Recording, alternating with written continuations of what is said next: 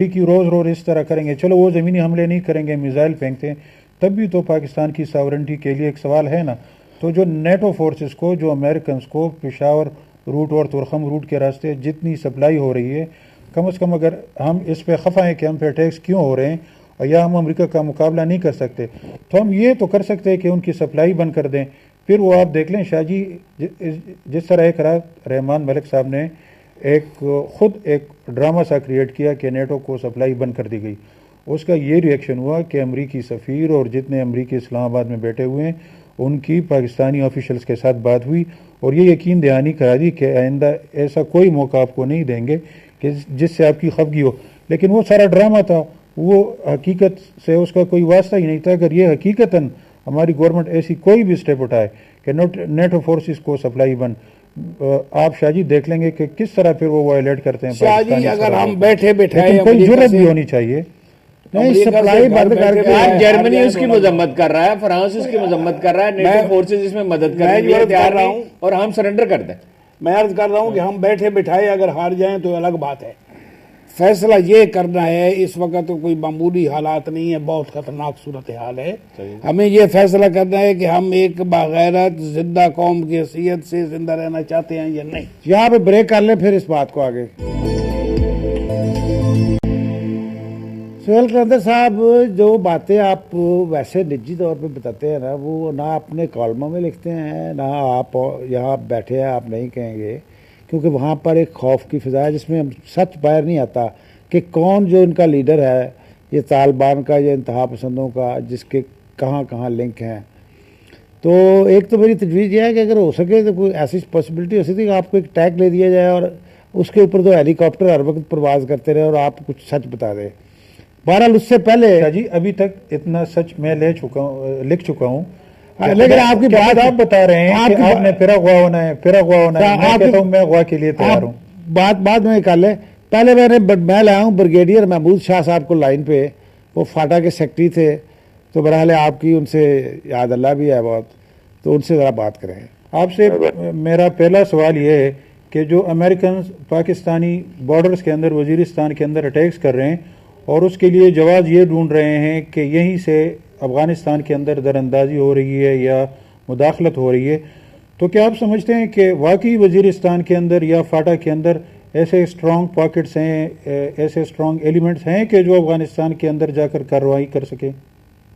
میرے خیال میں ہے تو ضرور، لیکن بہت صورت یہ حقیقت ہے کہ اس سے آپ کو کسی کو یہ حق نہیں پہنچتا کہ آپ کسی دوسرے کے بارڈر کے اندر جو ہے وہ حملہ کریں، اور اس طرح کے بہت پاکستان افغانستان میں بھی ہوں گے جن کو امریکہ یا افغان صدر حامد کرزئی صاحب کو فکر نہیں ہے۔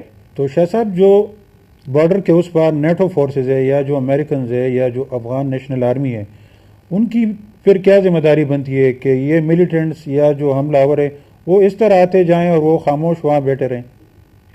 دیکھیں نہیں، وہ وہاں پر جو ہے ان کو روکیں، اور دوسری طرف پاکستان کے ساتھ پاکستان ان کا کھلائی ہے، اور وہ پاکستان جو ہے یہاں پر وہ کر سکتا ہے جو بھی کارروائی ہے، اور پاکستان کر بھی رہا ہے۔ مثال کے طور پہ ابھی جو ساتھ میں آپریشن چل رہے ہیں یا باجوڑ میں چل رہے ہیں، وہ اسی کے لیے ہیں کہ ایسے لوگ ہیں جو کہ پاکستان کو بھی نقصان پہنچانا چاہتے ہیں اور وہاں ان کے فوجوں کو بھی، تو اس میں کوئی وہ نہیں ہے۔ پاکستان دہشت گردی کے خلاف ضرور لڑنا چاہتا ہے، اپنے مفاد کے لیے بھی اور اس کا مفاد دوسرے ملکوں کا بھی ہے۔ مجھے یہ بتائیں، یہاں ہمارے سیاستدان بھی بات کرتے ہیں، علماء بھی بات کرتے ہیں کہ یہ مسئلہ مذاکرات سے حل ہونا چاہیے، کیا یہ مسئلہ مذاکرات سے حل ہو سکتا ہے؟ دراصل مذاکرات بھی ہوں گے اور فورس کا استعمال بھی ہوگا، کیونکہ مذاکرات اس کے اوپر کافی بار ہوئے، اور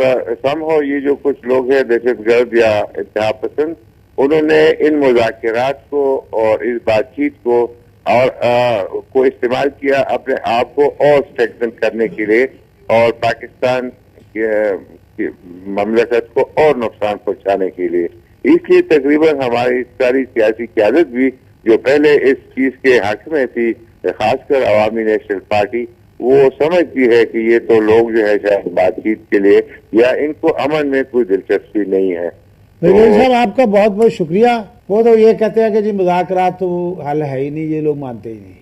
اب آگے نہیں وہ تو کہتے ہیں دونوں کام کرنے چاہیے, بات بھی کرنی چاہیے, طاقت بھی استعمال کرنی میں چاہیے جہاں سمجھتا ضرورت ہوں ہو. کہ جو ہمارا لوکل سسٹم ہے, آپ نے اس وقت اس کا مذاق اڑایا اور میری اغوا کی مثال دی آپ نے, لیکن یار آپ کے لیے کتنے جرگوں کے ساتھ ہم نے باتیں کی ہیں, ہمارے عذاب جاننے کتنے دن آپ وہاں رہے ان کے پاس. شاہ جی وہ ایک نیگیٹو, وہ ایک کالا رخ ہے ہماری روایات کا, اس کی کچھ مثبت اور روشن, یعنی جب آپ کا جی چاہتا ہے تو روایات آپ کے حق میں چلی جاتی ہے. جب کالا کرنے تو ہر قوم میں ہوتا ہے. نہیں وہ ہر کہیں مجرم بھی ہوتے ہیں یار, ہر یہ قوم کیا میں بات کر رہے ہیں؟ اچھی روایات بھی ہوتی ہیں اور کیا وہاں جرائم پیشہ لوگ سارے منفی روایات بھی ہوتی ہیں. ان کے پاس تو یہی بات تو اچھی روایات یہی ہے کہ وہاں پہ آپ لوکل پاپولیشن کو جب تک اعتماد میں نہیں لیں گے, ان کو اتنا پاورفل نہیں بنائیں گے کہ وہ جا کے ان ملیٹنٹس کے سامنے کھڑے ہو سکے, تو یہ مسئلہ حل نہیں ہوگا. بیت اللہ محسود ایک بندہ ہے, اب اس کے خلاف کئی گروپس وہاں پہ کھڑے ہو رہے ہیں. اب میڈیا نے اور ہماری ایجنسیوں نے اس کو ایک پورا جن بنا دیا ہے, اور وہ خود اتنا خوش و خرم ہے کہ ابھی مہینہ ڈیڑھ پہلے اس نے دوسری شادی کر لی ہے. کتنی صورتحال میں عمر کتنی ہے؟ عمر اس کی ہے 28-30 سال. تو پھر تو یار وہ 4-5 اور کر سکتا ہے. اور نہیں شاہ جی, میں کہہ رہا ہوں کہ خود وہ اتنی خوش و خرم ہے اور اچھی زندگی گزار رہا ہے, اور اپنے علاقے کو اس نے جہنم بنا دیا ہے. مطلب ہے اس کی افغان جہاد میں کوئی کنٹریبیوشن نہیں ہے. طالبان اس کو اون نہیں کرتے ہیں. نیک محمد جس کو لوگ طالبان, یہی سے یہ ٹرمینالوجی یوز ہونا شروع ہوئی, ملا عمر نے اس کو خط لکھا تھا کہ تم نہ طالبان کا نام استعمال کرو, نہ آپ کے ساتھ ہمارا کوئی تعلق ہے. نیک محمد کو لکھا تھا, نیک محمد کو خط لکھا تھا. جو فضل اللہ ہے اس کا کوئی رول نہیں ہے افغان جہاد کے اندر, جو مولوی عمر ہے اس کا کوئی رول نہیں ہے, جتنے بھی ملیٹنٹس ہیں ان کا افغان جہاد میں کوئی رول نہیں ہے, نہ یہ طالبان کے لوگ ہیں.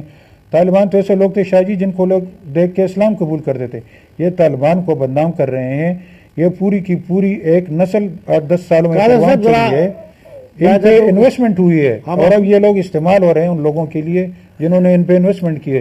وہ امریکہ بھی ہے, وہ اسرائیل بھی ہے, وہ بھارت بھی ہے, وہ افغانستان بھی ہے, وہ جی شاہ صاحب ہم اپنے پروگرام کے اختتام کو پہنچنے والے ہیں, تو مختصر مجھے اس مسئلے کا کوئی حل آپ تجویز کریں اور پھر ہارون صاحب کریں. سر اس مسئلے کا حل تو اب یہی لگتا ہے کہ حکومت پاکستان سیریس سنجیدہ ہو کے وہ لوگ جو طالبان نہیں ہیں, جیسے کہ ہمارا بھائی بتا رہے ہیں ہمیں, ان کے ساتھ بات کریں, دونوں سروں سے, اسلحے کے ساتھ بھی زبان کے ساتھ. ہاں اسلحے کے ساتھ بھی اور زبان کے ساتھ بھی. اگر زبان سے نہیں مانتے تو اسلحے کے ساتھ ختم کریں. جب ہمیں معلوم ہے کہ وہ کہاں ہیں تو ہم کیوں نہیں مارتے. ہاں جی, آپ کیا کہتے ہیں؟ شاہ صاحب کوئی حکومت موجود ہی نہیں ہے جو فیصلہ کرے. امریکی جو فیصلہ کر دیتے ہیں اس پہ عمل کیا جاتا ہے. میں کہتا ہوں لوکل پاپولیشن کو ریچ کریں, امریکن پبلک اوپینین کو ریچ کریں. زرداری صاحب واشنگٹن پوسٹ کے لیے ایک مضمون لکھیں اور دوسرے لوگ لکھیں, اور امریکی رائے میں حسین حقانی صاحب بالکل ٹھیک کہتے ہیں کہ وہاں مقامی طور پہ دباؤ پیدا کیا جا سکتا ہے, اور دباؤ پیدا کرے اس کا کوئی حل نکالنے کی کوشش. پہلی بات یہ ہے کہ کیا ہم سنجیدہ ہیں, ہماری کوئی حکمت عملی ہے, یا امریکہ سے ہم پہ تھوپی جاتی ہے. امریکیوں کو ہمیں بتانا چاہیے کہ ہم مدد کرنے کے لیے تیار ہیں, کہ امن کے لیے, بہتری کے لیے. چاہیے کہ پارلیمنٹ یار پارلیمنٹ میں تو بحث ہوگی اور ختم ہو جائے گی. ایک شاہ جی پھر کیا مطلب, پھر حکومت کا کیا مطلب, پھر پارلیمنٹ کا کیا مطلب؟ اگر پارلیمنٹ یہ کام نہ کر سکے, وہ انہوں نے ریکمنڈیشنز نہ دے سکے, تو کیا مطلب پھر پارلیمنٹ کا؟ اتفاق رہا ہے شاہ صاحب کہ پارلیمنٹ میں جانے چاہیے, ساری قوم کہہ رہی ہے, خود زرداری صاحب نے پارلیمنٹ میں جا کے دیکھ لیں. اسی طرح سیاست میں دباؤ پیدا ہے. شاہ صاحب منتخب ادارہ ہے اور اس کا فیصلہ حتمی فیصلہ ہے, فائنل فیصلہ ہوگا جو بھی فیصلہ. چلیں یہاں پر آج کا پروگرام ختم کر دیتے ہیں. ضرور